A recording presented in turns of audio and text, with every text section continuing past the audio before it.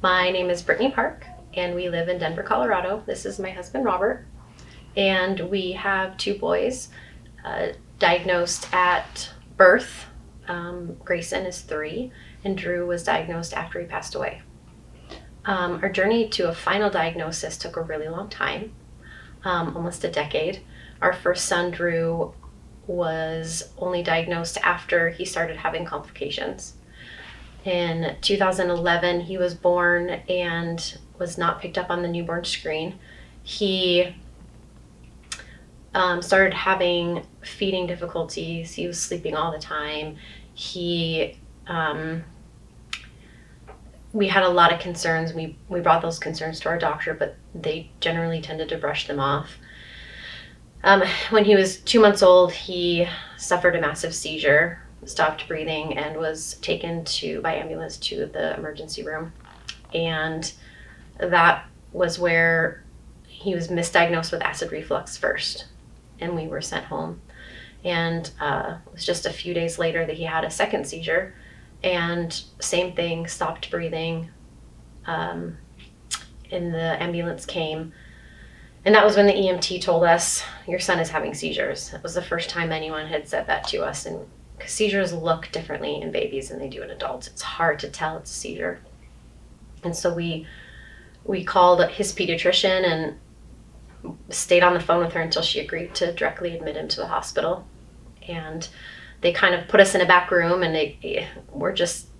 didn't put an IV in. No one really checked in on us. And the next morning, Drew had another major seizure and coded, stopped breathing. But since they didn't put an IV in, they had no way to give him any anti-seizure medicine. So he had about a 15-minute seizure.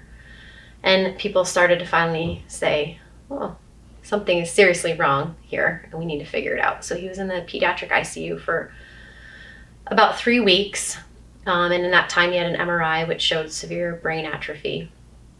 He had several spinal taps. His methionine and homocysteine. His methionine was very low, and his homocysteine was over 250. And when we finally got medication for him, his metabolites normalized, but all the damage that had been done to his brain was too much for him to sustain life. He was put on a ventilator, and even with the ventilator, he was struggling to live. And we had to make the decision that no parent wants to make. And we didn't want him to live a life hooked up to machines. And he passed away at 3.5 months old. We received his official cobalamin G diagnosis after our second son, Grayson, was born. We knew Drew had homocystinuria with a cobalamin defect. They just didn't know genetically which form it was. And so we tested our children for the known genetic mutations that we had. And based on those genetic tests, we would, follow the children closely after birth. For Grayson, when I was pregnant, he tested having the same genetic mutations as our son Drew. And so I delivered him at the Children's Hospital in Colorado. And the genetic team went right to work. And at day 1, they did all of his metabolites, realized he had already very elevated homocysteine, and they enrolled us in a fantastic clinical trial at Rady's Children's Hospital in San Diego.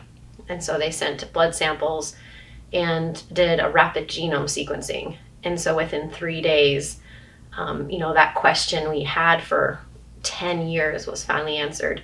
We were given the diagnosis of cobalamin G.